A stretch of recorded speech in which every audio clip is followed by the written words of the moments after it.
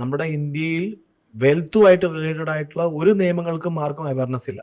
നമ്മുടെ finance knowledge, അല്ലെങ്കിൽ ടാക്സിന്റെ knowledge, നമ്മുടെ GSTയുടെ നോളജ്, നമ്മുടെ ഈ ബാങ്ക് റിലേറ്റഡ് ആയിട്ടുള്ള നോളജ്, അങ്ങനത്തെ കാര്യങ്ങളൊന്നും സാധാരണ വെൽത്ത് ഉണ്ടാക്കുന്ന ആൾക്കാർക്ക് അറിയില്ല.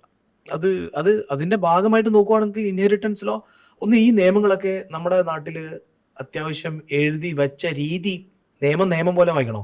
എന്തുകൊണ്ടാണ് നമ്മൾ ഒരിക്കലും വളരെ സിമ്പിളായിട്ട് എഴുതിയ പോലെ എന്തിനാണ് ഇങ്ങനെ കോംപ്ലിക്കേറ്റ് ചെയ്യുന്നത് എന്നുള്ളതാണ് ഒരു വിഭാഗം തർക്കിക്കുക.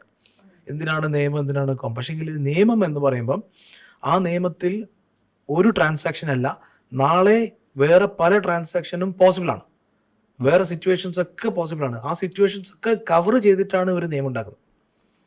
സിമ്പിളായിട്ട് എഴുതി കഴിഞ്ഞാൽ അവിടെ ഒരുപാട് ചാലഞ്ചസ് വരാം. അതുകൊണ്ട് ഏത് ഇൻകം ടാക്സ് ആക്ട് ആയിക്കോട്ടെ, കമ്പനി ലോ, അല്ലെങ്കിൽ FEMA, GST law, customs, even inheritance law, Indian succession act, Hindu succession act, ഷറിയ, ഇതെല്ലാം നിയമങ്ങളാണ്. ഈ നിയമങ്ങളൊക്കെ ഉണ്ടാക്കുന്ന സമയത്ത് സത്യം പറഞ്ഞാൽ അവരെയൊക്കെ തൊഴണം. അത്ര ബ്രില്യൻ്റ് ആയിട്ടാണ് ഈ നിയമങ്ങളൊക്കെ ഉണ്ടാക്കിയത്. നമുക്ക് തോന്നുമ്പോൾ വായിച്ചാൽ മനസ്സിലാകാത്ത എന്താ പ്രശ്നം എന്ന് പറഞ്ഞാൽ നമ്മൾ വായിക്കുന്നത് ഇംഗ്ലീഷാണ്, നിയമം ഇംഗ്ലീഷല്ല. നിയമം പോലെ വായിക്കണം. ഓക്കെ, സാധാരണക്കാരന് വായിക്കുമ്പോൾ മൊത്തത്തിൽ ഇംഗ്ലീഷായിട്ട് വരും.